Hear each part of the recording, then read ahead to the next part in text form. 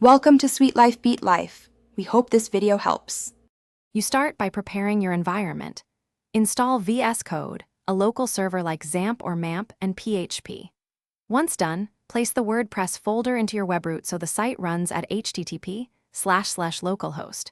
Make sure to enable the PHP debug extension and install the VS Code PHP and WordPress support extensions so you can navigate templates.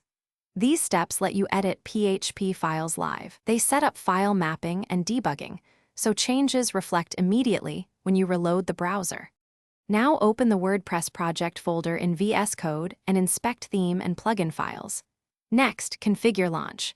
JSON for Xdebug.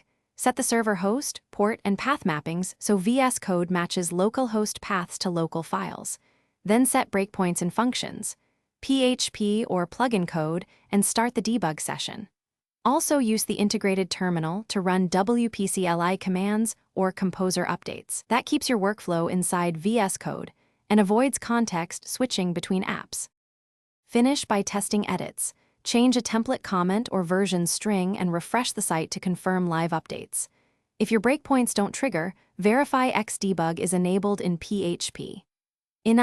Check the correct port and confirm path mappings match the server document route. Make sure caching plugins or object caches are disabled during development. Clear browser cache too.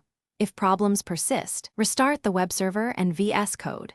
This often resolves port or extension state issues and gets debugging working again. Thanks for watching.